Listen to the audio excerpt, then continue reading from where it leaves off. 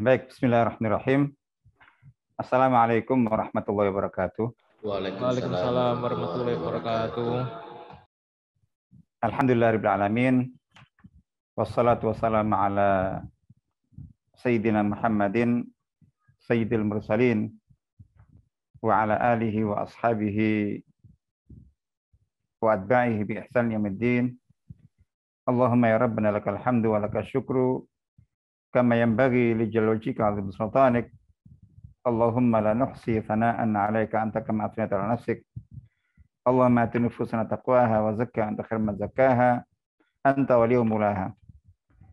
Walhamdulillah amin. Baik para ustaz dan ustazah, Bapak Ibu yang semoga selalu dirahmati Allah Ta'ala, kita bersyukur kepada Allah pada pagi hari ini, pagi yang cerah ini kita dimudahkan oleh Allah Ta'ala untuk bisa berjumpa, untuk bisa bertemu, saling tatap muka meskipun kita secara fisik saling berjauhan. Semoga forum ini tetap bisa khidmat, tetap bisa memberikan manfaat dan hikmah yang kita bisa dapatkan dari sharing kita, dari diskusi kita insya Allah. Setidaknya tali silaturahim dan juga menyambungkan hati, menyambungkan pikiran, menyambungkan asa di antara kita, itu insya Allah semuanya sangat kita butuhkan, dan itu akan menjadi pengundang tercurahkannya insya Allah rahmat Allah Ta'ala kepada kita semuanya. Barakallahu fikum. Baik, kita melanjutkan kajian kita dari kitab At-Tibyan fi Adab Hamalatil Quran, penjelasan tentang adab-adab yang harus dipenuhi oleh para pembawa panji Al-Quran. Kita sudah membaca pasal bagian adab-adab yang tertuju pada mu'allimil Quran. Jadi yang tertuju kepada pengajar, guru, ustadz, ustadzah, dan kiai yang mengajarkan Al-Quran. Jadi seperti yang sudah saya sebutkan bahwa ini luar biasa Imam Nawawi rahimahullah. Biasanya dalam konteks pembelajaran itu, ketika bicara tentang adab itu, biasanya hanya tertuju kepada murid, kepada siswa, kepada siswi, kepada santri. Adab yang diajarkan oleh mereka. Tapi di sini beliau menyebutkan bahwa adab yang harus dipenuhi itu harus timbal balik. Harus timbal balik. Itu bagi kesempurnaan hasil dari proses pembelajaran. Jadi ada adab untuk murid dan adab untuk guru. Ada adab untuk santri, ada adab untuk kiai. Itu ditegaskan itu.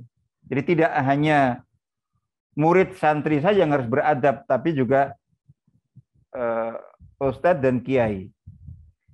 Nah, yang lebih luar biasa lagi, Imam Nawawi justru memulai dengan adab yang untuk kiai dulu, yang untuk ustadz dulu, yang untuk guru dulu. Baru setelah itu kemudian bicara tentang adab untuk murid, siswa, dan santri. Saya menangkap seperti yang sudah saya sebutkan bahwa jadi beliau ingin sepertinya beliau ingin menyampaikan pesan bahwa keberkahan serta keberhasilan proses pembelajaran dan didapatkannya manfaat dan maslahat yang banyak dan besar dari suatu proses pembelajaran, itu faktor penentu utamanya itu adalah guru, adalah ustadz ustadzah, adalah pengajar, adalah kiai. Jadi gitu. Sebelum murid. Jadi insya Allah gitu. Jadi itu mengapa didahulukan membahas tentang adab dan etika yang harus dimiliki oleh seorang guru, seorang pengajar, seorang ustadz, seorang kiai. Nah, itu sudah kita baca. Nah, ini kita masuk dalam adab al-muta'allim. Jadi kita mulai hari ini kita masuk membahas tentang fasal fi adabil muta'allim. Sebelumnya fasal fi adab al-muallim. Sudah kita tuntaskan dan kita masuk dalam pembahasan tentang pasal tentang etika, adab-adab, norma-norma yang harus dipenuhi oleh seorang muta'alim, seorang pembelajar, seorang siswa-siswi, seorang santri. Beliau mengatakan, qala al-mu'allif rahimahullah, Imam Nawawi rahimahullah berkata, jami'u ma dzakarnahu min adabil muallimi fi nafsihi adabun lil muta'allim.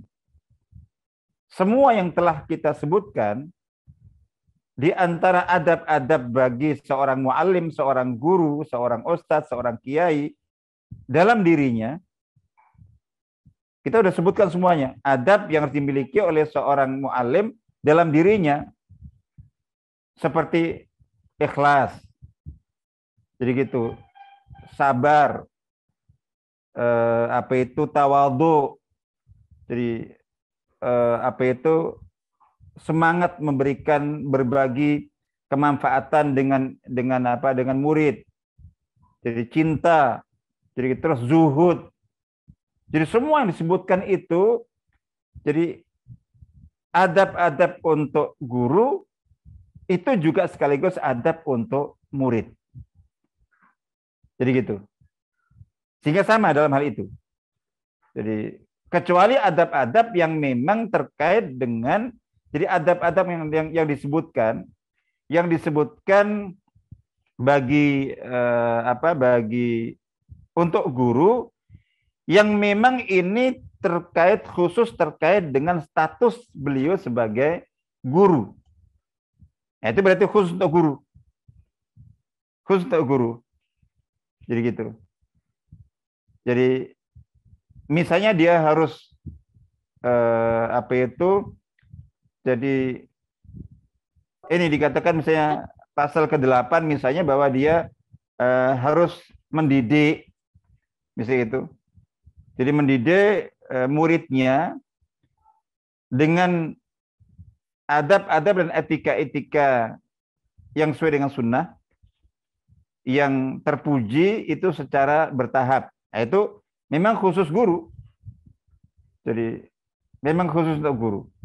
Menyambut jadi muridnya itu dengan sambutan yang menampakkan dan menunjukkan rasa cinta, dia senang dan seterusnya. Jadi seperti itu. Jadi artinya bahwa intinya semua adab etika yang telah disebutkan terkait dengan adab guru dalam dirinya yang tidak khusus terkait dengan statusnya sebagai guru, itu juga sekaligus menjadi adab yang harus dimiliki dan dijaga oleh seorang pembelajar atau seorang murid.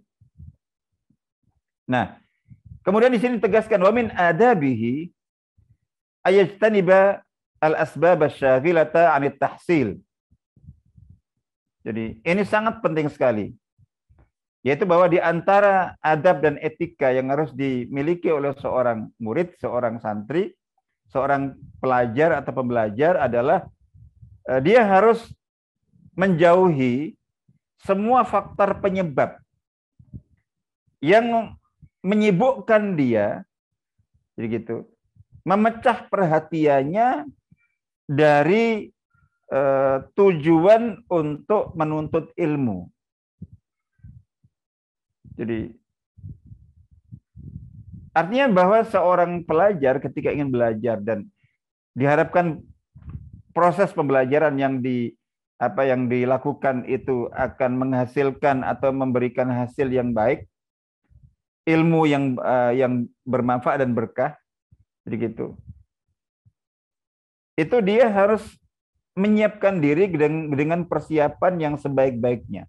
Salah satunya adalah bahwa dia fokus, berusaha menjauhkan, menyingkirkan semua hal, semua faktor yang bisa mengganggu dia, mengganggu konsentrasinya untuk belajar. Berupa pikiran, berupa perasaan, berupa ini. Jadi gitu. Tidak boleh ada kegalauan, belajar sambil galau. masih mikirkan apa dan apa. Jadi gitu. Ini seperti yang mungkin sudah pernah saya sampaikan ya. Itu mirip dengan apa? Dengan jihad.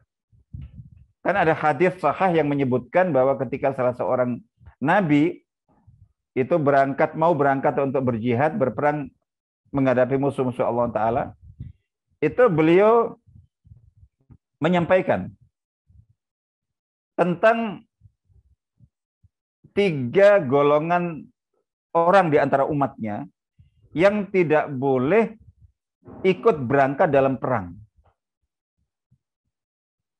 Yang ketika kita renungkan dan kita pikirkan, itu semuanya itu adalah karena ketiga kelompok orang ini adalah orang-orang yang terganggu pikiran dan hatinya. Jihad butuh fokus. Jadi, jihad butuh fokus. Nah, itu kalau sampai hatinya, perasaannya, pikiran seorang mujahid terpecah, itu bahaya. Nah, beliau mengumumkan, jadi barang siapa yang baru saja melaksanakan akad nikah, terus belum melewati malam pertama, jadi gitu, jangan ikut berangkat jihad bersama saya.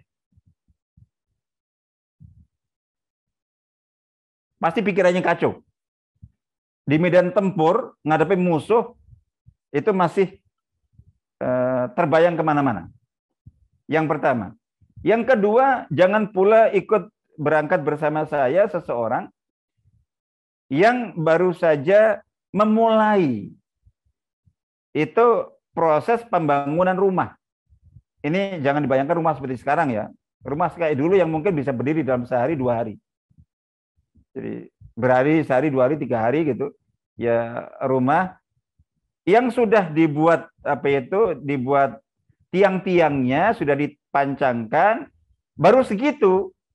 Misalnya kok kemarinnya, hari ini waktunya jihad, ini seharusnya melanjutkan. Nah ini dia baru saja memancangkan tiang-tiang tiang-tiang pancang rumah itu mau dilanjutkan hari ini, ada undangan jihad. Jadi gitu. Orang yang baru memulai membangun rumah, jadi gitu, belum diselesaikan dan belum dituntaskan dan belum sampai ke memasang atap, jangan ikut berangkat. Dia akan kepikiran terus itu. Jadi apalagi misalnya renovasi terus buka genteng. Jadi baru dibuka terus belum ditutup lagi, dan mungkin sewaktu-waktu akan turun hujan. Ya, itu pikiran terus itu. Jadi kadang-kadang kita punya jemuran saja terus ke pasar, tiba-tiba mendung, itu udah belanja itu nggak konsentrasi, nggak fokus. Jadi maunya beli sayur tapi beli cabai terus itu, nggak fokus, inget memean, inget jemuran.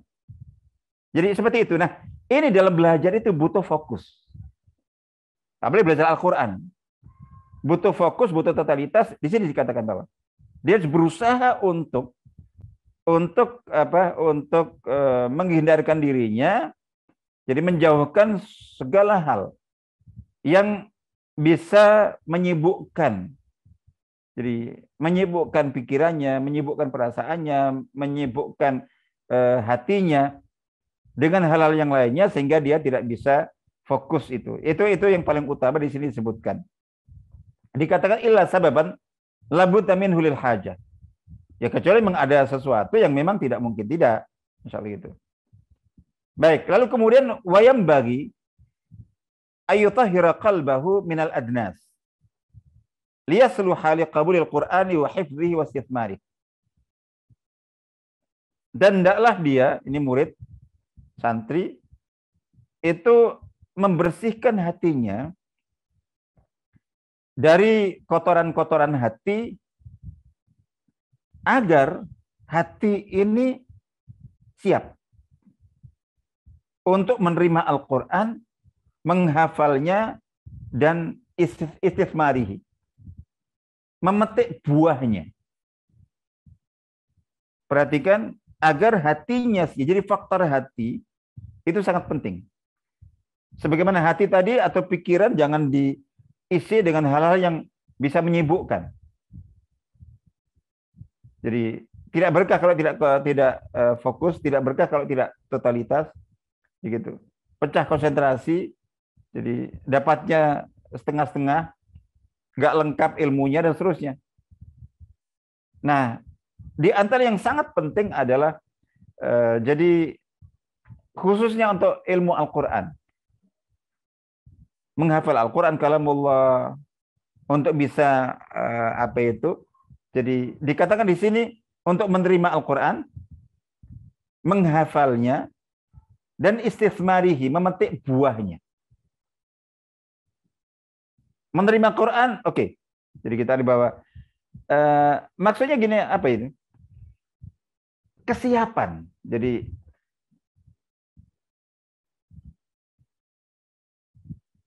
orang yang belajar, tapi dia sebetulnya tidak punya kesiapan yang cukup untuk menerima ilmu yang akan diterima itu.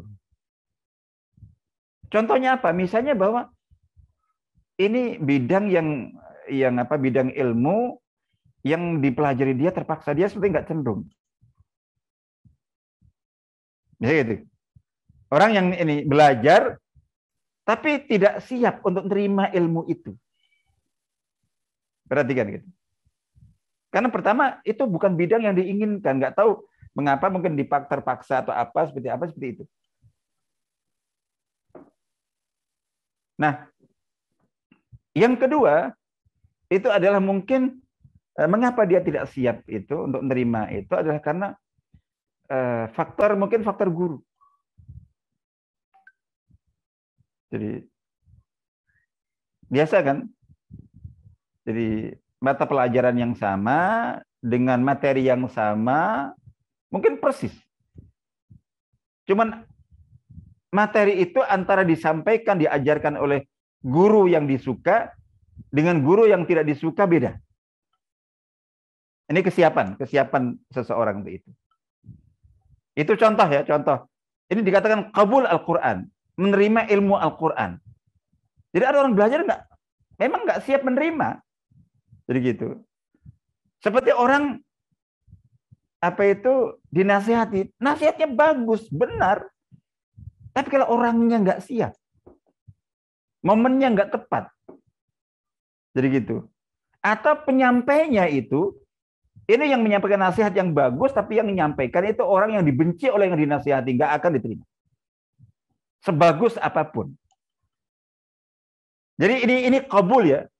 Ilmu itu adalah, perhatikan, itu kesiapan untuk menerima ilmu itu. Makanya perhatikan coba ketika seseorang mau belajar. Jadi gitu, pastikan dalam hati kita. Ini saya lanjut atau tidak. Itu coba takar, tanting kesiapan hati kita, kesiapan pikiran kita untuk menerima ilmu itu. Mengapa kok ada orang-orang kok alot ya? Anda itu nggak tahu, Anda itu nggak siap. Jadi gitu. Loh, saya ingin tapi nggak siap. Jadi ingin dengan siap beda. Jadi gitu. Seperti banyak suami yang ingin ta'adud tapi nggak siap. Nggak mampu. Itu kebanyakan ingin aja. Tapi nggak siap. Nggak mampu. Jadi gitu. Nah ini faktor kesiapan. Jadi ada kesiapan. Di sini dikatakan ini penting sekali. Nah, di sini dalam konteks bukan faktor penyebabnya adalah ustadznya, oleh ininya gitu. Mungkin itu ya. Kalau seseorang memang hatinya bersih, terus kemudian memang kalau bisa belajar pada guru yang memang disuka.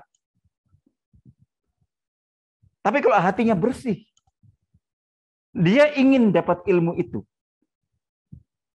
insya Allah nggak masalah. Karena kalau ingin guru yang sempurna, guru yang tidak punya kekurangan, mungkin nggak ketemu. Jadi gitu. Mengapa di sini difokuskan bersihkan hati?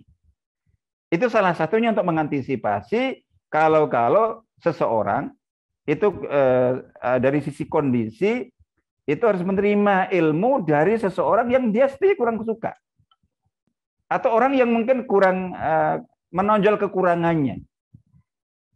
Jadi di mana yang umumnya orang mungkin nggak siap menerima dari dia.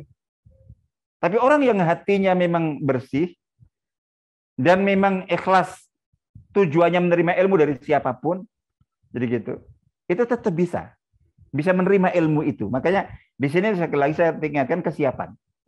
Jadi apa saja jadi kesiapan.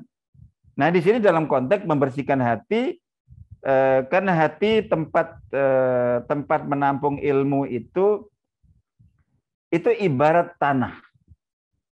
Jadi tempat untuk menanam menanam tanaman. Itu faktor penentu utama itu adalah kesiapan tanah itu.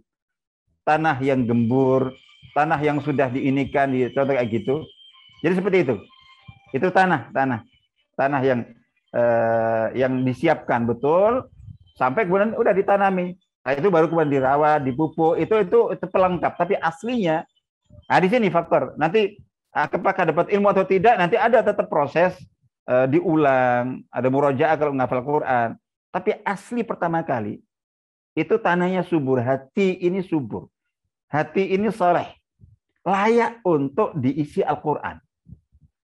Perhatikan, jadi sekarang ini mengapa kalau kita tanya, itu kok alat kok sulit, berbagai metode ngafalkan itu nggak mempan, nggak masuk. Ya soalnya Quran sudah nggak kebagian tempat. Memori ingatan kita udah dipakai untuk ngafalkan ngafalkan bagi yang suka bola, ngafalkan klub-klub bola, nama-namanya. Seperti itu. Bagi yang suka sinetron, ngafalkan cerita di sinetron. Bagi yang ini ngikuti jadi ceritanya para seleb, udah otak kita, memori otak kita udah dipenuhi dengan sampah-sampah itu semuanya, sehingga nggak ada tempat untuk Al-Quran. Artinya bahwa ibarat tanah untuk tanaman, hati kita itu kering kerontang, batu.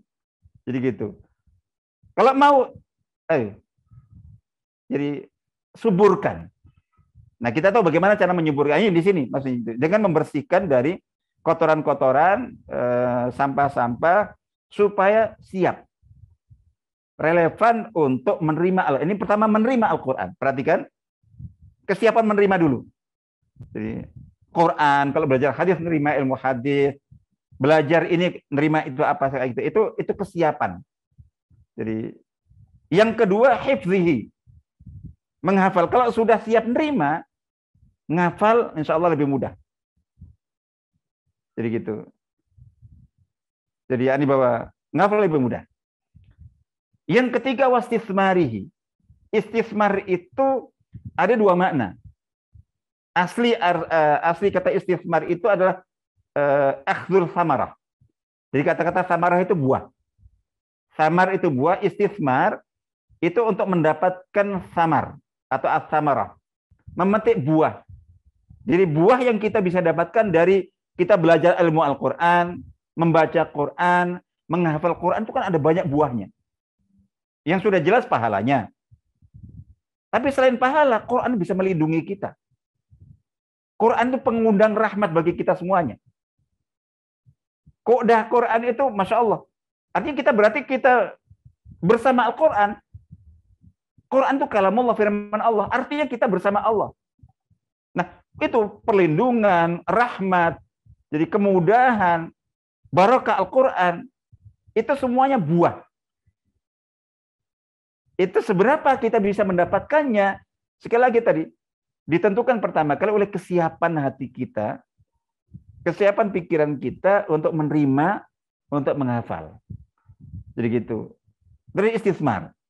Nah, termasuk istismar itu adalah pengembangan.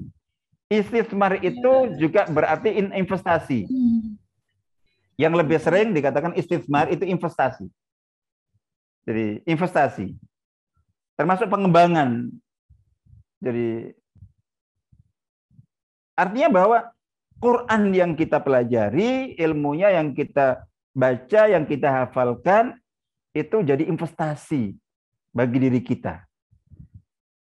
Nah, seberapa besar investasi itu ditentukan oleh tadi. Jadi kebersihan hati, kesiapannya. Jadi sama-sama hafal 30 juz, sama-sama hafal 20 juz, sama-sama hafal 10 juz, tapi buah hasil yang didapat oleh dua orang bisa berbeda. Nilai investasi Quran dia untuk kehidupan di dunia dan juga apalagi di akhirat nanti berbeda. Perhatikan. Istismar itu. Jadi kita belajar ilmu itu berinvestasi. Tapi seberapa nilai investasinya? Jadi secara materinya tadi itu. Ini hafal Quran, itu hafal Quran. Ini hafal hadis, itu hafal hadis. Ini menguasai ilmu ini menguasai ilmu itu. Mengapa ke orang itu kok beda ya? Kok beda hasilnya? Jadi gitu. Nah itu tadi. Jadi hanya kesiapan dari awal itu. Ini sangat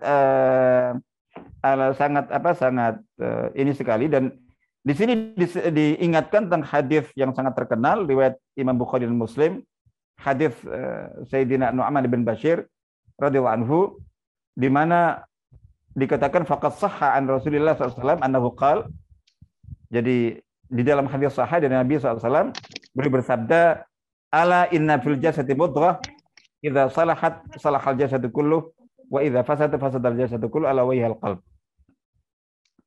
Mengapa dikatakan hati itu fokus? Itu karena ketahuilah bahwa di dalam diri itu ada sekerat daging.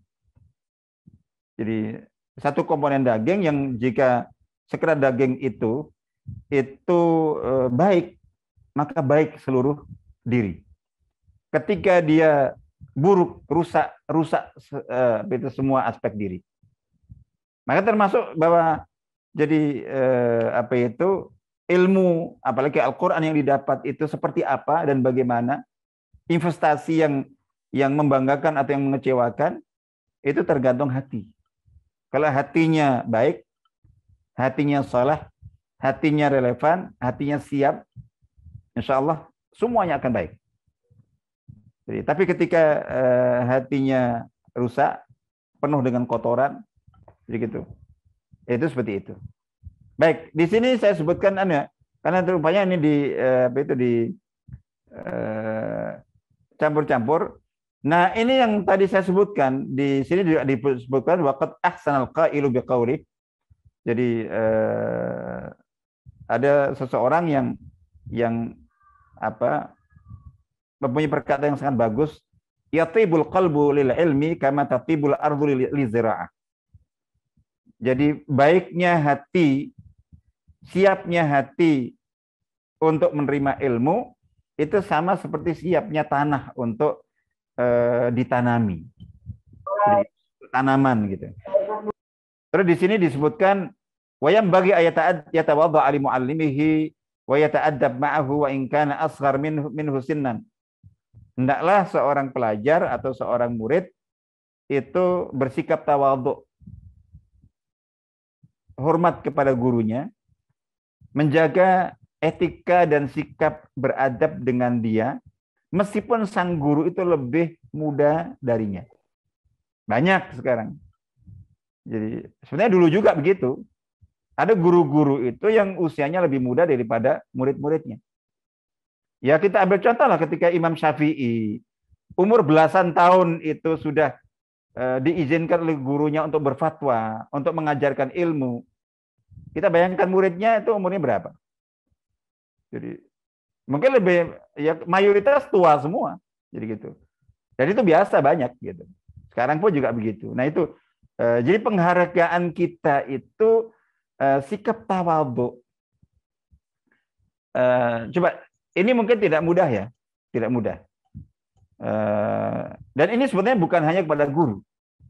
Seseorang tawadhu, menjaga etika dan adab itu harus kita dasarkan pada kaidah yang baku. Jadi faktor siapa yang kita sikapi itu faktor terakhir. Dalam konteks kita bersikap tawadhu, menjaga adab dan etika. Ini sikap permanen. Pertama, ini adalah perintah Allah kepada kita sebagai muslim. Sebelum saya bersikap menghormat karena orang itu yang kita hadapi terhormat, bukan. Jadi gitu. Itu keberapa itu? Tapi yang pertama kali adalah ini memang ketentuan Islam. Bahwa seseorang harus bersikap bersikap dengan etika yang baik, perilaku yang baik, tawadhu, hormat, itu kepada siapapun aslinya. Itu yang pertama. Yang kedua, bahwa seseorang bersikap tawadhu, bersikap hormat, berperilaku sopan dengan adab, itu sebelum kita melihat siapa yang disikapi, jadi gitu. Itu faktor lebih utama itu adalah itu merupakan indikasi. Jadi orang yang bersikap hormat itu menunjukkan keterhormatan yang bersangkutan. Berarti dia orang terhormat. Kita bersikap baik itu bukan kita karena orang itu memang perlu kita sikapi baik, bukan.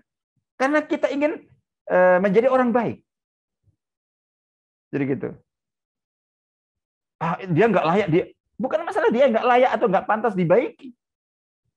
Jadi gitu. Tapi saya yang ingin menunjukkan, jadi seperti itu. Karena kalau kita pilih-pilih itu nanti bisa banyak salahnya. Di samping itu memang sikap yang salah. Jadi paling banter, ada orang-orang tertentu, ada orang-orang mentokoh tertentu itu kita lebihkan. Jadi gitu. Itu hanya itu saja. Aslinya kita hormat. Siapa saja. Tapi untuk mungkin antar guru kan juga beda-beda, antar kiai beda-beda, peringkat-peringkat. Yang dulu antar sahabat juga berbeda-beda tingkat ini.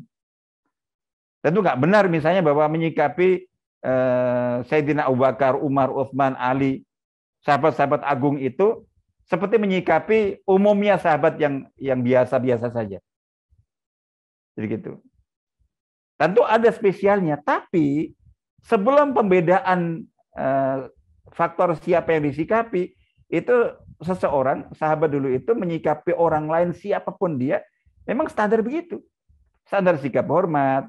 Karena apa? Karena orang terhormat. Jadi makanya kan ada ada asar kalau tidak salah ya. Walam saya kira bukan hadis yang sahih tapi secara makna benar. Misalnya sikap seorang laki-laki kepada perempuan. Begitu. Itu hendaklah didasarkan bahwa seseorang itu menghargai, menghormati, memuliakan perempuan, suami ke istrinya itu bukan karena istrinya itu bunyai, istrinya itu orang yang soleh sekali, istrinya itu waliullah itu. Tidak harus begitu. Sebelum faktor itu Anda wahai suami itu tanda keterhormatan diri Anda. Kemuliaan diri Anda ketika Anda memuliakan orang lain, utamanya orang-orang yang dekat dengan Anda. Bukan karena dia berhak atau nggak berhak untuk dimuliakan atau dihormati atau dihargai. Anda ingin nggak jadi orang yang berharga? Anda ingin nggak menjadi orang yang mulia? Anda ingin nggak menjadi orang yang terhormat? Jadi tandanya Anda menghormati orang lain. Jadi seperti itu. Jadi siapapun bahkan termasuk kepada orang-orang yang mungkin termasuk dalam kategori rendah. Nah ini apalagi kepada guru. Itu tentu lebih lagi. Jadi begitu. Nah, di sini dikatakan dalam konteks penyikapan kepada mu'allim, pertama di samping itu perintah Allah Ta'ala, yang pertama itu menunjukkan kemuliaan dan keberadaban sang murid itu. Yang ketiga, sebelum faktor gurunya, bahwa dia menghormati gurunya, menghargai gurunya, memuliakan gurunya, bersikap tawadhu kepada gurunya, menunjukkan sikap beradab dengan gurunya itu, seperti itu semua dilakukan, ditujukan lebih kepada ilmu yang ada pada guru. Hakikatnya. Jadi ketika kita menghormati seorang muslim, sebenarnya kita sedang menghormati Islam yang ada dalam dirinya. Ketika kita menghormati ahli Al-Quran, hafidh Al-Quran, ahli tafsir Al-Quran, itu hakikatnya itu bukan orangnya, tapi ini bentuk penghormatan kita pada Quran. Sehingga ketika seseorang nggak menghormati ahli Al-Quran, itu berarti nggak menghormati Al-Quran. Jadi gitu. Jadi ketika kita menghormati ahli hadis, itu kita sedang menghormati hadisnya Nabi. Membayangkan ahli hadis yang sedang mengajar hadis itu, ini seolah-olah Nabi sedang bersabda di depan kita. Mengapa dulu para ulama hadis itu begitu, masya Allah, luar biasa penghormatan kepada hadis? Itu tidak sembarangan. Ada seorang ulama misalnya begitu, ditanya tentang hadis, beliau harus membaca hadis itu. Itu beliau menolak untuk membacanya kalau tidak dalam keadaan berwudu. Jadi, maaf saya wudu dulu. Jadi, itu karena apa? Kan itu. Jadi ini bentuk penghormatan kepada hadis dan kepada Nabi. Jadi gitu. Nah, kemudian diekspresikan dalam bentuk penghormatan kepada ahli hadisnya. Itu di sini. Jadi sebetulnya sebelum kita mengarahkan sikap beradab kita, sikap penghormatan kita, sikap penghargaan kita, sikap pemuliaan kita kepada sahibul ilm, pemilik ilmu atau muallimil ilm, pengajar ilmu itu, apa yang kita lakukan itu sebetulnya hakikatnya adalah sikap-sikap untuk ilmu yang beliau bawa, ilmu yang beliau sampaikan. Nah, baru terakhir tentu kita tujukan ke orangnya. Karena beliau memang punya hak. Pertama sebagai manusia. Kedua sebagai seorang muslim. Ketiga sebagai seorang yang berilmu. Ketiga sebagai guru. Ini nilai plus. Ada orang berilmu tapi nggak ngajari kita ilmu itu. Kita hormati karena ilmunya. Kalau ini di samping penghormatan kepada faktor manusianya, yang kedua faktor keislamannya, yang ketiga faktor ilmu yang dibawanya, yang ketiga adalah jasa. Balas jasa itu wajib. Sebelum kita membalas jasa itu nanti setelah kita tamat, setelah kita khatam, kita doakan. Enggak, ya saat kita terima itu. Sekarang dia berikan kepada kita berikan juga kepada dia, timbal balik. Jadi beliau dengan tulus ikhlas membagi ilmunya kepada kita, sabar menuntun kita, sabar melatih kita balas dengan sikap totalitas, perhatian, fokus, sikap hormat kita kepada beliau. Jadi gitu. Jadi seperti itu. Jadi itu yang kita inikan insyaallah. Dikatakan di sini juga wayam bagi ayangqad lima alimih. Jadi penting untuk seorang murid itu tunduk kepada gurunya. Artinya dalam hal-hal di mana gurunya memberikan arahan, ya kecuali tentu ketika arahannya itu salah, jelas-jelas salah dan madarat atau haram, ya seandainya begitu. Tapi umumnya kan dalam hal yang minimal mubah itu tetap ikuti. Wa yusyawirahu fi umurihi, dan membiasakan bermusyawarah, berkonsultasi kepada guru dalam perkara-perkaranya. Wa yaqbal qawlahu kal maridil aqil. Ini ibaratnya menerima kata-kata guru itu, nasihatnya, wejangannya, arahannya seperti pasien. Seorang pasien yang cerdas tentu akan menerima kata-kata dokter. Jadi yang tulus, yang dokter ahli, dokter spesialis yang memang memberikan nasihat yang baik. Insyaallah itu gambarannya. Baik. Iya. Yang pasal berikutnya, wala yata'allam Dan hendaklah murid itu tidak belajar illa mimman kamulat ahliyatuhu.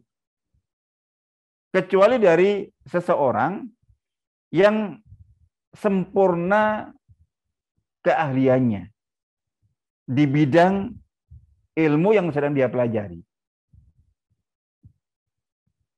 Seperti yang saya sebut, mungkin pernah saya sampaikan bahwa yang ditulis Imam Nawawi ini memang standar ideal.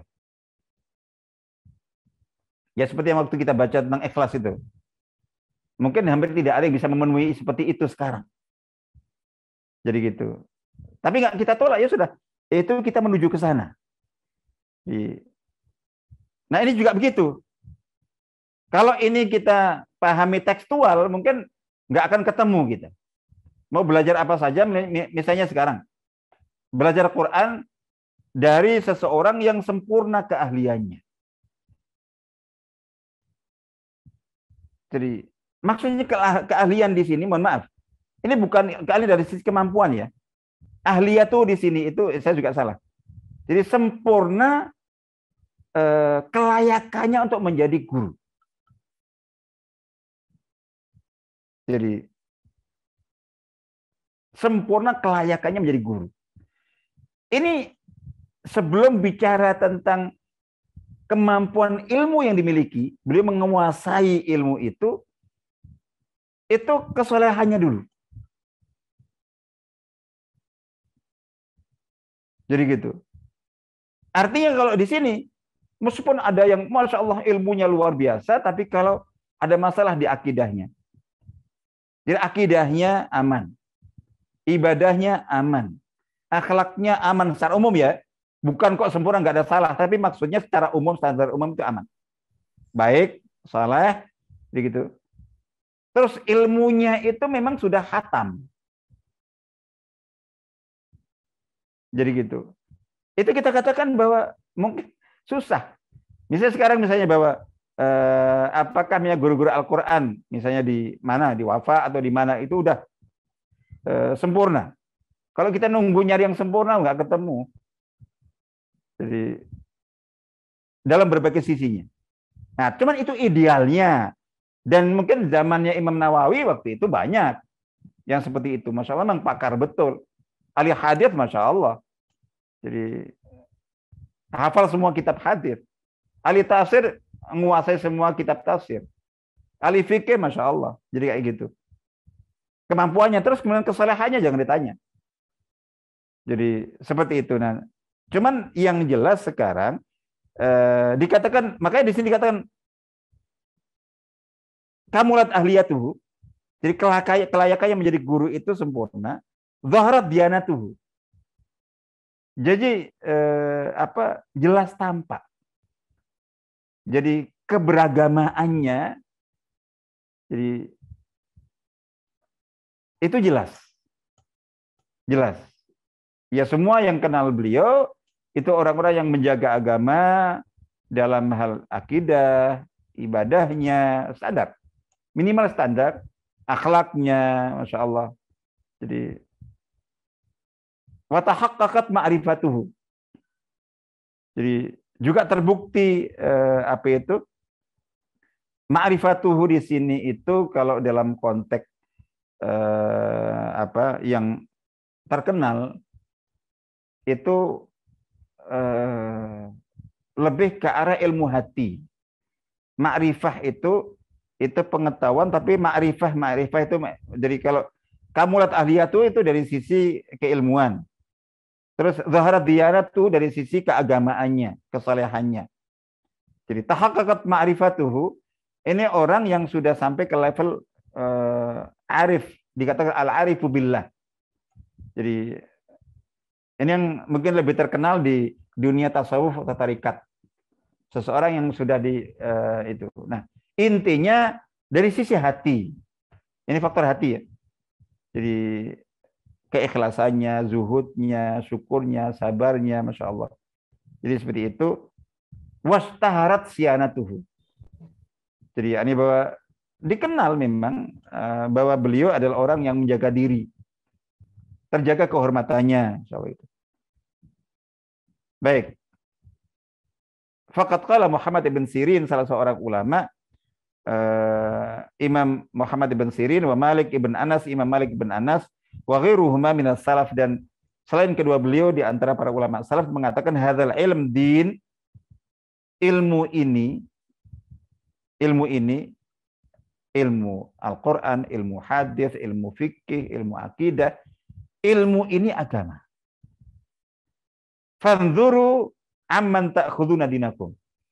Maka perhatikanlah dari siapa kalian mengambil agama kalian. Artinya ilmu agama kalian. Secara kalau tadi kita katakan kalau nunggu yang sempurna ya tentu tidak mudah dan mungkin juga tidak ada. Jadi kita apalagi di zaman sekarang. Yang bisa kita petik di sini adalah bahwa tentang guru, narasumber itu harus selektif. Karena faktor seperti yang tadi kita sebutkan, faktor guru itu menempati prioritas mungkin paling utama bagi keberhasilan proses pembelajaran, penuntutan ilmu, bagi keberkahan ilmu, bagi investasi ilmu, itu faktor guru penentu. Dari sisi keilmuannya nanti pemahaman. Kalau pemahaman atau ilmunya tidak lengkap, yang tersampaikan mungkin ilmu yang rancu atau yang setengah-setengah. Jadi gitu. Terus dari sisi akhlaknya, nggak mungkin kita nggak terpengaruh dari situ. Bagi keseharian dan sikapnya. Jadi begitu. Makanya intinya di sini selektif. Ya, tentang selektifnya bagaimana itu mungkin detail ya. Tapi intinya kalau kita ingin belajar itu seperti itu. Insya Allah.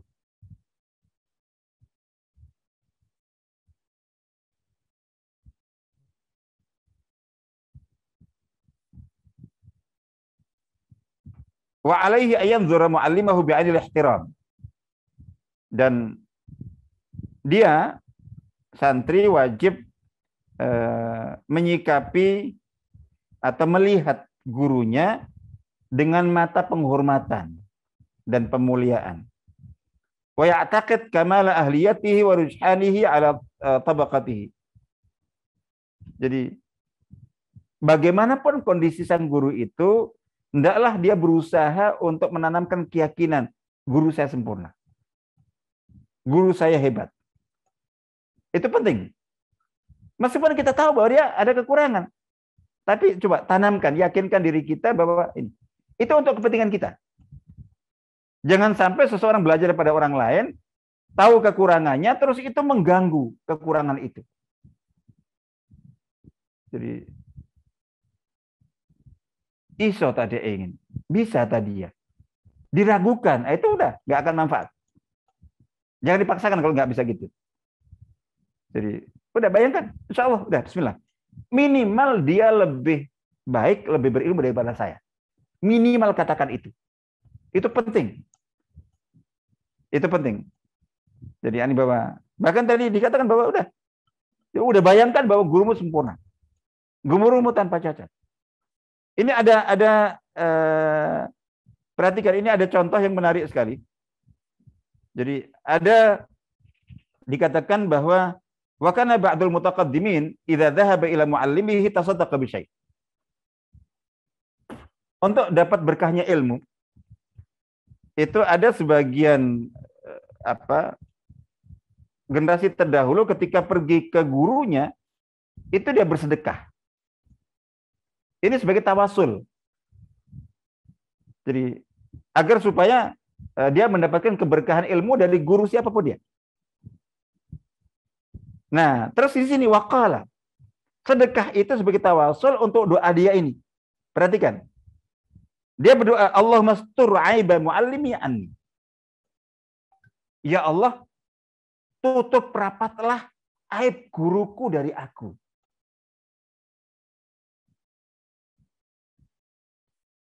Jadi gitu. Sementara kadang-kadang ada murid itu yang malah seneng tahu kekurangan dan aibnya gurunya. Jadi mencari-cari tahu ini. Ini enggak. Kalau memang betul kamu ingin dapat ilmu, itu ini. Kita tahu nggak ada yang sempurna. Pasti beliau juga punya kekurangan, punya aib, punya itu. Nah itu, dia katakan ketika berangkat, ya Allah jangan tunjukkan. Karena itu kalau sampai tahu, itu akan ganggu. Nah supaya doanya terkabul, ya Allah tutup rapatlah aib guruku, dariku. Itu sebagai bentuk tawasul dengan amal soleh, dia bersedekah dulu. Supaya doanya terkabul bahwa udah. Jadi supaya terbayang di benak dia bahwa gurunya ini orang yang hebat, yang sempurna, minimal lebih baik daripada kita. Jadi minimal dalam konteks ini, itu penting sekali. Lalu kemudian di sini, ya Allah tutup rapatlah aib guruku dari aku, wala tudhib barakata ilmihi minni, dan janganlah engkau hilangkan keberkahan ilmunya dariku. Apapun faktor penyebabnya. Salah satunya dengan cara ditampakkannya aib beliau. Jadi gitu. Terus perhatikan di sini contoh waqala Rabi' Imam Rabi' ya.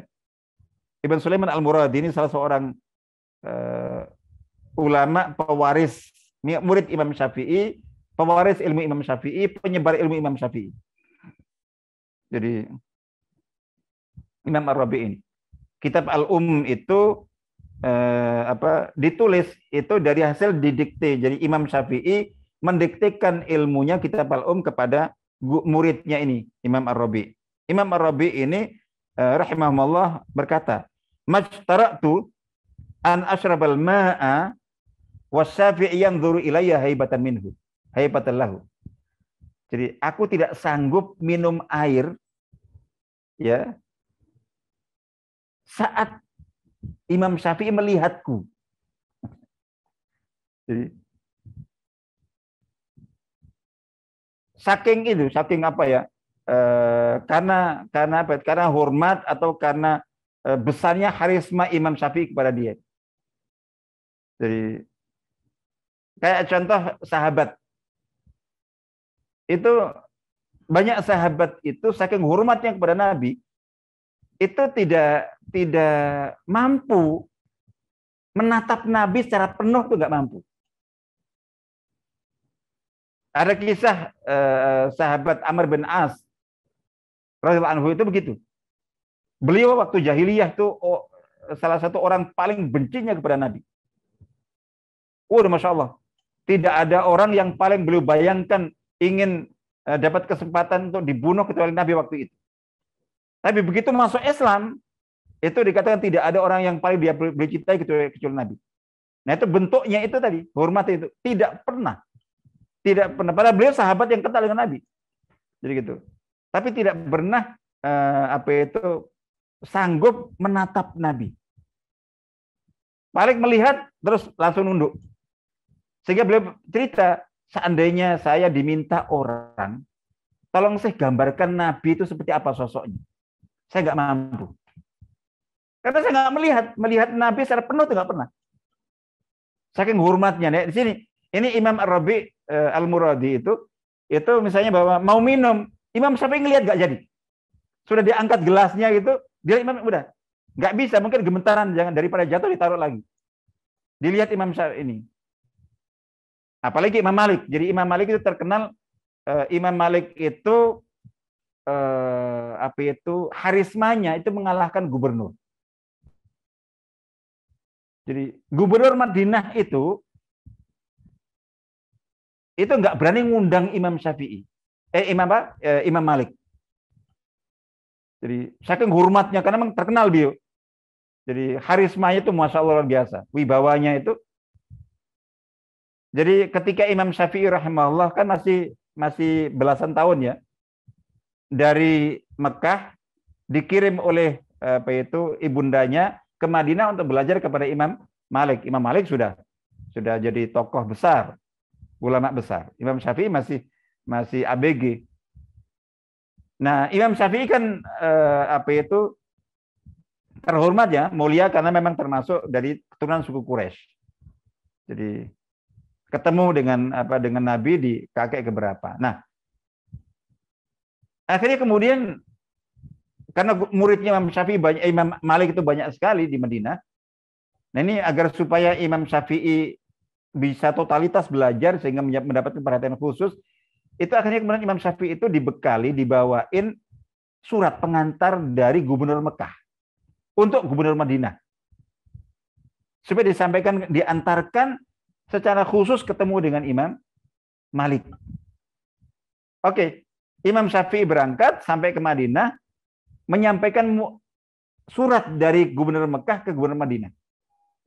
Ketika dilihat, itu isinya adalah supaya gubernur Madinah itu mengantarkan dan memperkenalkan Imam Syafi'i kepada Imam Malik. Jadi tahu itu kayak gubernur Madinah ketakutan. Terus mengatakan begini, ya sudah, nanti insya Allah kita cari waktu yang cocok untuk kita menghadap imam di rumahnya. Perhatikan, ini gubernur ya, atau wali kota Madinah. Untuk mengantarkan surat atau untuk mengantarkan Imam Syafi'i atas pengantar dari rekomendasi dari gubernur Mekah. Itu dikatakan ini. Di sini Imam Syafi'i heran. Setelah mendengar kata-kata, nanti kita cari waktu yang cocok untuk datang ke Imam Malik. Supaya saya bisa memperkenalkan kamu kepada Imam Malik. Imam Syafi'i mengatakan, ya, Allah manggil apa gitu. Jadi gitu, misalnya ya Amir gitu. Kenapa enggak Anda panggil saja beliau? Jadi mendengar itu semacam di jadi kamu macam-macam. Saya datang ke rumahnya, terus beliau mau nerima saja, itu kita udah syukur. Kok kamu suruh saya mengundang beliau? Siapa yang berani mengundang dan manggil Imam Syafi'i? Imam Malik. Terus ketika datang ke rumahnya, ini gubernur ya, wali kota Madinah, datang ke rumah Imam Malik. Jadi gitu. Itu yang keluar itu pembantunya. Terus sampaikan ini ada gubernur atau dengan seorang pemuda masuk ke Imam Malik. Disampaikan bahwa yang datang itu gubernur, wali kota, dengan membawa ada pemuda gitu. Itu Imam Malik, kalau katakan kepada dia, kalau dia ingin bertanya ilmu, belajar nanti di masjid. Itu bisa bayangkan. Ketika disampaikan, enggak, ini bukan urusan itu, ini ada amanat gitu. Nah, itu baru imam apa itu. Oke, jadi seperti itu. Ya meskipun tidak harus sama seperti itu, tapi intinya adalah harus ada, dan itu babnya itu bukan hanya karena hak guru, tapi yang lebih utama adalah itu adalah sarana untuk pelajaran mendapatkan keberkahan ilmu. Begitu. Itu intinya di sana. Inti di sana, insyaallah begitu. Baik. Gimana nih? Masih ada waktunya? Waktunya masih atau ini? Gimana? Waktunya... Masih ada waktu? Atau udah habis? Baik, ada pertanyaan Ustadz dari Mas Afwan Fauri. Oke.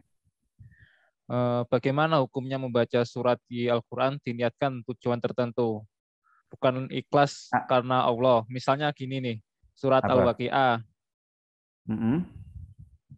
Itu untuk memperlancar rezeki, surat Al-Kahfi untuk perlindungan dari Dajjal, surat Al-Mulk untuk terhindar dari azab kubur.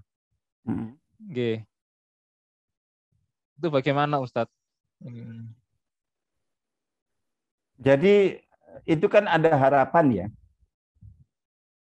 Ya kan? Harapan rezekinya dimudahkan. Saya tanya, harapan itu digantungkan kepada siapa?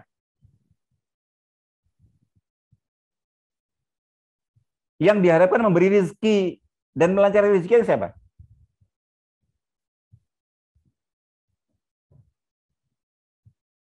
Mana Ani bawa? Apakah kepala kantornya atau direktur perusahaannya saat dia membaca surat tertentu, terus ini diharapkan untuk supaya rezeki dilancarkan oleh siapa? Oleh manusia atau oleh Allah? Yang ada di benak orang itu. Jadi gitu.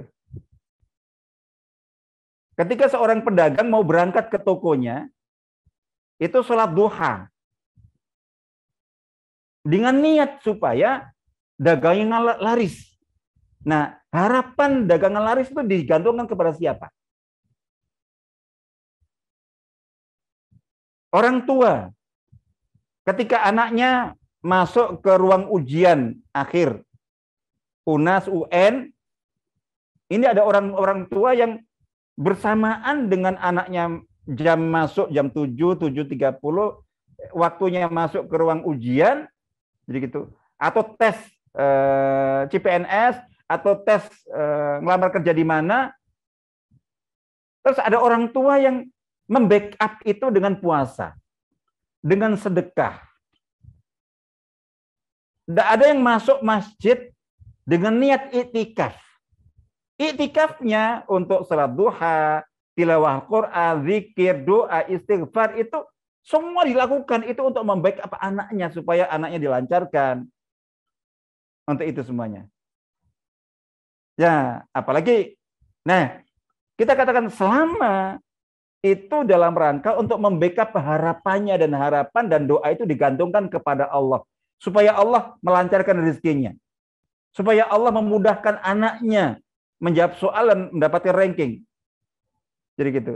Supaya Allah melancarkan rezekinya. Itu dengan dilariskan dagangannya. Allah semuanya. Supaya Allah melindunginya dari Dajjal. Supaya Allah. Nah, ketika harapan harapan dibalik membaca surat A, surat B, surat C untuk berbagai tujuan tadi itu digantungkan kepada Allah, itu ikhlas. Jadi itu salah satu bentuk ikhlas karena Allah, bukan tidak ikhlas. Makanya saya sering meralat bahwa definisi ikhlas itu adalah amal ibadah yang dilakukan ikhlas karena Allah tanpa pamrih. Itu enggak benar. Seolah-olah kalau kita beramal ada pamrih itu enggak ikhlas. Tidak, ikhlas itu pamrih itu ikhlas. Tapi pamrihnya kepada Allah, pastikan itu. Jadi kalau Anda rajin membaca supaya rajin baca Quran ya. Jadi gitu supaya dilihat oleh kepala atau direktur, karena direktur ini orang yang suka orang baca Quran. Nah, itu baru enggak ikhlas. Tapi kalau kita baca itu supaya dilihat Allah, dengan kita membaca Quran, dengan salat duha, dengan puasa, dengan sedekah itu supaya Allah memberikan kepada kita apa yang kita harapkan, pelindungan, orang sedekah. Itu dengan niat supaya Allah menyembuhkannya dari penyakitnya. Itu ikhlas. Jadi gitu.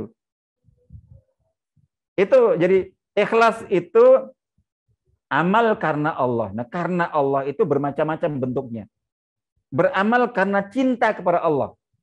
Di sini faktor cinta Allah yang menggerakkan dia untuk beramal ikhlas. Ini paling berat. Bahwa coba antum ingat-ingat. Kapan antum mendengar azan tergerak untuk sholat, itu yang dorong antum cinta Allah. Nggak mudah. Jadi gitu. Paling umum ya itu wajib, kalau nggak saya lakukan saya dosa. Itu faktor khauf itu, bukan mahabbah. Jadi gitu. Yang kedua, kita mengamalkan beramal beribadah, tilawah Quran atau yang lain-lainnya, itu ikhlas. Itu karena Allah itu yang kedua, selain setelah faktor karena cinta kepada Allah Ta'ala, itu karena syukur. Kita ingat nikmat Allah sangat banyak, kita ingin mensyukurinya, maka syukur yang mendorong kita untuk sholat, zikir, tilawah Al-Quran, itu ikhlas. Yang kedua adalah, yang ketiga, karena semangat penghambaan. Niatnya memang saya mengabdi. Saya ini hamba, harus menghamba kepada Allah. Bentuk menghambanya dengan tilawah, dengan zikir, dengan sholat, dengan itu. Jadi, Tiap hari saya iya kena na'budu, iya kena nasta'in saya katakan. Masa hanya ucapan saja? Nah, buktinya ya salat ini. Itu kita lakukan dengan dorongan semangat labbaik Allahumma labbaik. Dengan dorongan semangat sami'na wa ata'na. Dengan dorongan semangat penghambaan kepada Allah. Jadi, kenapa ibadah? Ya karena memang saya harus ibadah kepada Allah. Saya hamba, menghamba kepada Allah. Itu ikhlas. Nah, yang keempat ini, orang dikatakan beribadah termasuk baca Quran tadi itu dikatakan ikhlas karena Allah, itu ketika dia mendasari amal ibadahnya dengan dasar roja. Ada sesuatu yang diharapkan dari Allah. Nah, dalam bahasa Jawa pamrih. Motivasinya pamrih. Tapi pamrih itu digantungkan kepada Allah. Bukan kepada, kalau makhluk tidak ikhlas ria. Tapi pamrih apapun termasuk tidak hanya ukhrawi saja, tapi termasuk duniawi. Jadi gitu. Kayak tadi itu. Jadi berharap Allah memudahkan rizkinya. Allah melimpah ruahkan rizkinya. Dengan cara dagangnya dilariskan Allah Ta'ala. Ketika harapannya digantungkan kepada Allah, maka semua amal yang dilakukan sebagai wasilah untuk itu ikhlas. Jadi syaratnya 3, perhatikan. Pamrih itu ikhlas. Pertama, pamrih digantungkan kepada Allah. Sebetulnya yang bersangkutan berdoa kepada Allah. Jadi baik diucapkan atau tidak. Jadi ada dari Allah, lariskan dagangan saya hari ini. Tapi kadang itu nggak terucap, ada di hatinya. Terus harapan yang ada di hatinya itu dia menggerakkan dia untuk sholat duha, untuk tilawah dulu, untuk ini kita mau berangkat misalnya gitu, supaya Allah melindungi kita, maka kita lakukan sholat duha. Misalnya kita mau berangkat ke Jakarta naik pesawat, di pikiran kita berharap Allah menyelamatkan kita. Nah, harapan untuk Allah menyelamatkan kita itu kemudian menjadi motivasi kita. Tak salat duha dulu. Masih ada waktu, tak tilawah dulu. Oh, tak baca zikir sambil jalan kita baca zikir. Yang ada di benak kita, dengan itu kita berharap Allah menyelamatkan kita, melancarkan pelajaran kita. Itu ikhlasnya. Misalnya gitu. Jadi itu.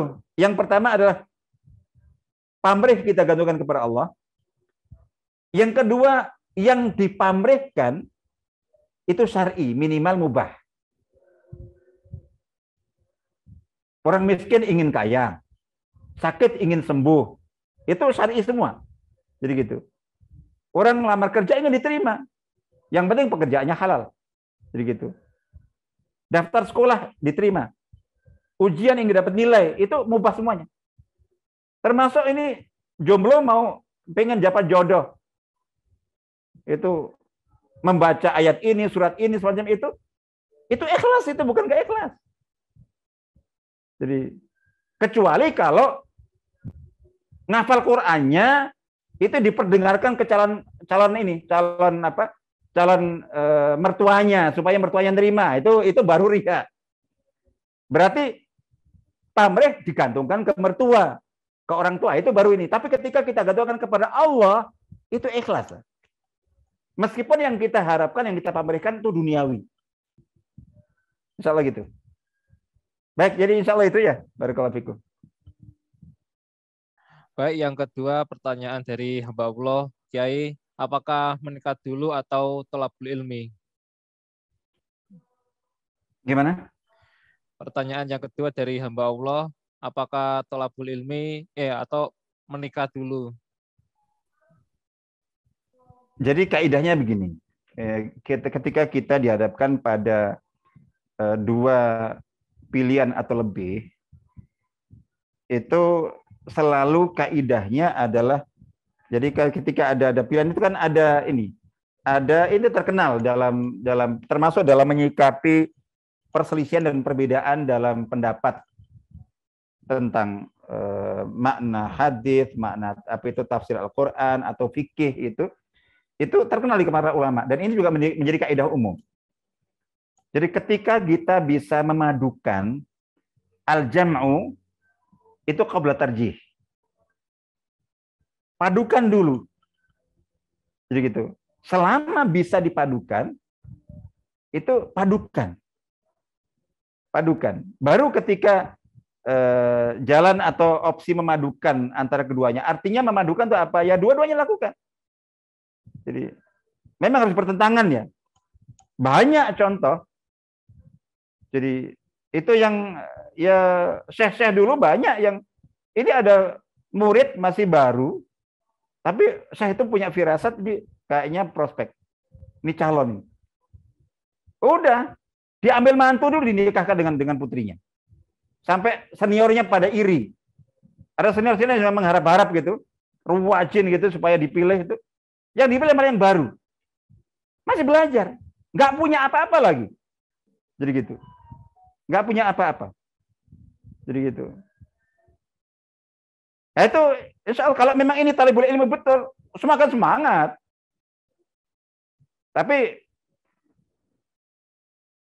pilih calon yang akan menyemangati belajar. Jadi kalau nanti ternyata setelah menikah, ini saya malah nggak boleh belajar lagi, itu berarti salah pilihnya, bukan karena menikahnya. Jadi gitu. Jadi baru-baru ini ada salah seorang teman yang baru saja menikahkan, itu menikahkan putranya dengan putri salah seorang ustadz. Itu yang melamar ustadz itu, melamarkan untuk putrinya. Jadi gitu. Orang biasa. Itu putranya ini masih mahasiswa, mungkin semester akhir, belum tamat, belum kerja, belum punya pendapatan. Disampaikan itu, enggak ada apa-apa. Jadi gitu. Lebih baik daripada putri saya nggak punya mahram. Itu lebih bagus dan ya karena apa? Ya karena percaya, insya Allah ini tidak akan menghalangi, putrinya tidak akan menghalangi untuk nanti menjadi itu setelah menikah suami. Jadi seperti itu. Nah, baru ketika ada kondisi khusus misalnya nuntut ilmunya ke luar negeri. Ini mungkin juga dulu saya alami ya. Jadi kenapa saya telat menikah dulu itu karena saya di Madinah dulu. Terus ya ini saya bukan termasuk yang nekatan. Jadi gitu. Ada teman-teman lain yang nekat. Jadi nikah terus dibawa ke sana dengan cara apapun. Banyak yang ilegal. Itu saya bisa sebetulnya. Cuman saya bukan termasuk yang pemberani. Jadi saya nimbang berkali-kali itu, ini saya nikah, saya tinggal. Kok bayangan saya lebih menyakitkan kayaknya. Mending enggak dulu sekali. Itu bertahun-tahun saya itu akhirnya. Meskipun akhirnya ya itu. Jadi ini kalau nunggu saya sampai selesai, waduh semakin tua. Kayak gitu. Itu sempat mundur-mundur gara-gara itu. Jadi ya itu mungkin beda-beda. Jadi ada kondisi tertentu, ada yang enggak gitu, memang calonnya atau ini enggak siap. Karena nikah terus ditinggal. Jadi saya mungkin akad sebulan setengah saya tinggal. Tapi setahun berikutnya datang sudah punya anak. Jadi termasuk yang mandi. Baik, saya kira itu. Jadi itu seperti itu beda-beda. Tapi kaidahnya itu adalah prioritas pertama adalah harus diupayakan untuk dipadukan. Dan insya Allah dan tentu ditimbang ya calonnya, suasananya, kondisinya itu insya Allah akan membackup untuk dia menikah juga terus bisa melanjutkan menuntut ilmu. Ada beberapa kondisi lain adalah ini memang ada kepentingan untuk menuntut ilmu. Tapi ini kayaknya kalau saya nggak segera menikah bahaya. Ada bab di situnya. Menghindarkan bahaya ya tentu lebih diutamakan. Sambil berharap. Jadi itu kondisional, tapi kaidah umum itu selama upayakan dulu untuk dipadukan. Jadi kalau memang sudah siap, sudah ada kesempatannya, ada peluangnya, bismillah. Apalagi tadi itu, ini sudah dilamar oleh calon mertua. Begitu malah gitu, semangat dan mertua siap menerima kondisi kita apapun. Oh jangan dilewatkan itu, bisa nggak terulang kesempatan itu. Kayak tadi itu yang saya ceritakan itu. Kalau seandainya mikir-mikir lagi gimana gitu, bisa nggak dapat lagi nanti setelah itu. Ya, jadi itu kondisional. Intinya kalau bisa dipadukan. Tapi ketika ada kondisi khusus, misalnya gitu, ya kayak tadi itu, misalnya bahwa ini kesempatan nuntut ilmunya keluar. Kondisi nggak memungkinkan untuk diajak. Sementara kalau nanti ya, ini mungkin itu bisa menjadi pertimbangan. Insyaallah. Ya, saya kira itu. Barakallahu fikum. Baik, untuk pertanyaan